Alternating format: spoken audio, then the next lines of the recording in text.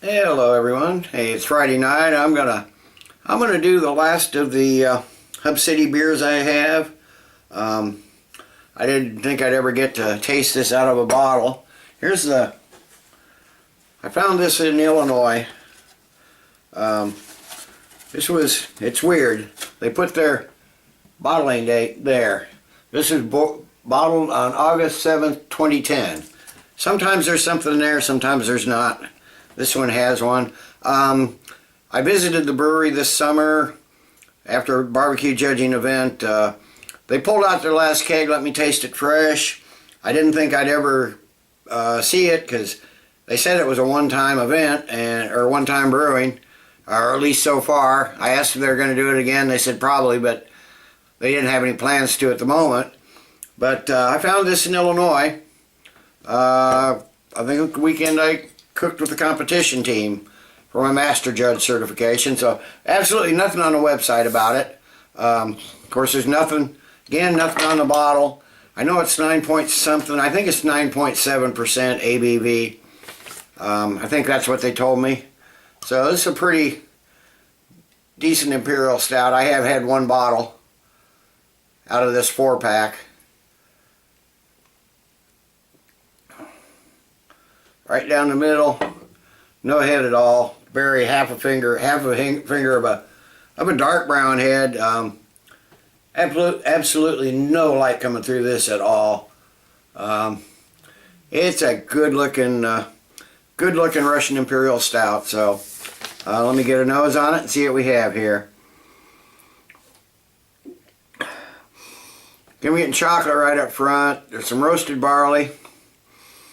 Maybe a bit of yeasty notes, some bready notes for sure.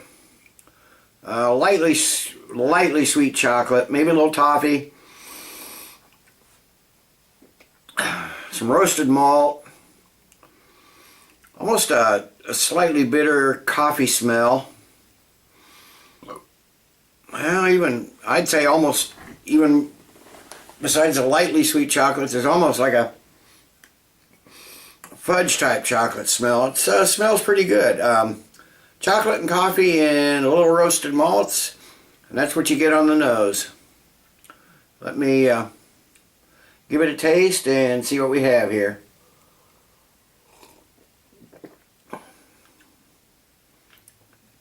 It starts out with the dark chocolate. You do get that roasted barley. Little coffee, that's fudge chocolate. That's just not dark chocolate. That's fudge chocolate. Little coffee bitterness there. There's almost an anise flavor somewhere in the middle there. A little bit of dark fruit, almost like soy sauce.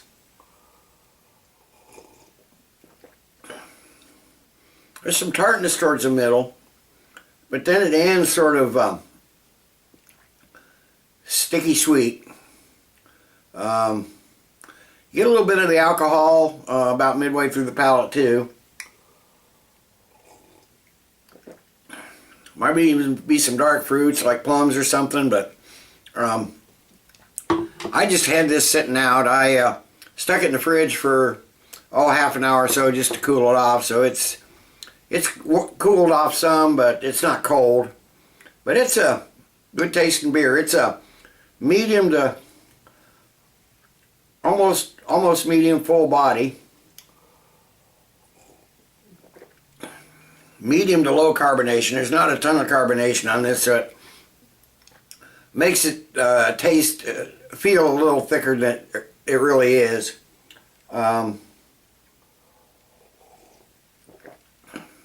I get that sticky sweet finish, and it's not really cleansing finish, that's for sure. It sticks around a little bit.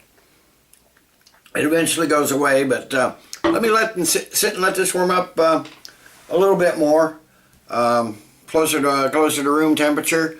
Then I'll be back after a while with the final thoughts and grade. Okay, I'm back. There's still quite a bit left here. This is a sipper for a lot of reasons.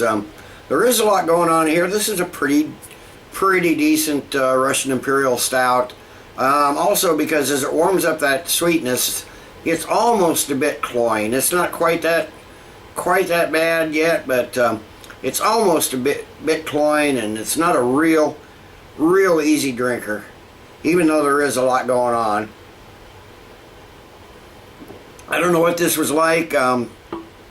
Fresh, like I said, it was bottled in early August of 2010, so this is a year and 4 months old. It was, nearly a year old about a year old when I had it on tap there at the brewery. I don't know how aging in kegs does, but maybe some of you homebrewers can tell me, is that different than in the bottle?